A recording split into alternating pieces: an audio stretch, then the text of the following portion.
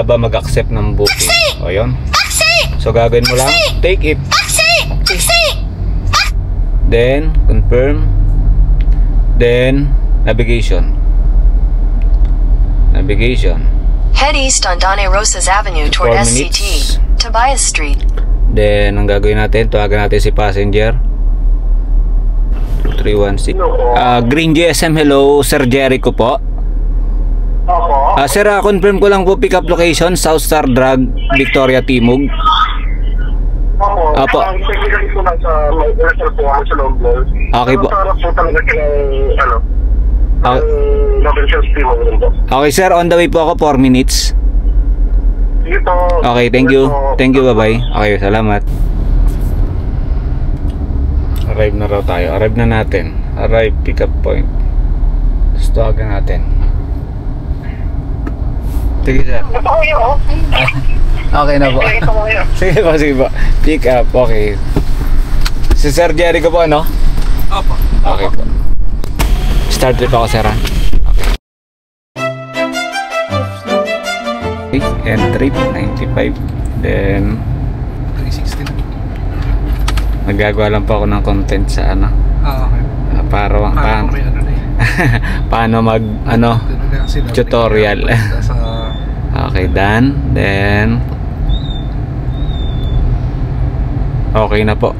2836. Thank you po. Ay, pasok. Pumasok agad.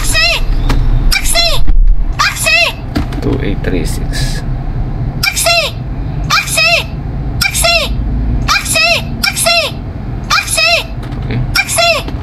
So, confirm. Take it. Okay. Go na ulit tayo. Okay. Ito guys, advice ko lang sa mga bago, sa mga bagong kasama nating green driver, para hindi kayo malito, no? Baka mamaya mawala yung code nyo. So ganito, before kayo mag-complete, stop accept muna kayo. Okay? So stop accept, tapos complete, para kahit paano, yan, done. So yung code nyo hindi agad matatabunan, kasi kapag hindi kayo familiar pa sa una, then nag-complete kayo, nalimutan nyo yan, no? Sabihin natin medyo malilimutin kayo, or hindi nyo agad napansin yung OTP nyo,